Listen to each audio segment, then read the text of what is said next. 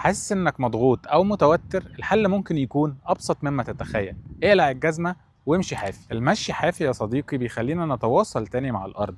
احنا طول اليوم جسمنا بيتعرض لموجات واي فاي وموجات كهرومغناطيسية من الموبايلات ومن الشاشات، وده بيخلي جسمنا فيه شحنات زيادة وعالية جدا.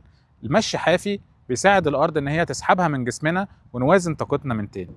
في الطب الصيني وفي الايرفيدا بيأكدوا ان باطن القدم فيه نقاط تحفيز. المشي حافي بيحفز النقاط دي وبيساعد الجسم على تحسين الدورة الدموية وتحسين الهضم والمناعة. نفسيا بقى المشي حافي بيساعد على تقليل القلق والتوتر، ده غير انك بتحس انك فكيت كده، خصوصا لو ماشي على نجيلة او رملة طبيعية. وغير كده المشي حافي بيقوي عضلات الرجل والمفاصل، ده غير ان هو بيخلي وقفتك احسن وتوازنك افضل بكتير. فحاول يا صديقي تخلي رجلك تلمس الارض مرة في اليوم، مش بس الريلاكسيشن، لا ده كمان عشان تعمل اعادة شحن للطبيعة اللي جواك. جرب تعمل كده وارجع قول لنا في الكومنتات حسيت بايه، ولو عجبك الفيديو ما تنساش تعمل فولو ولايك.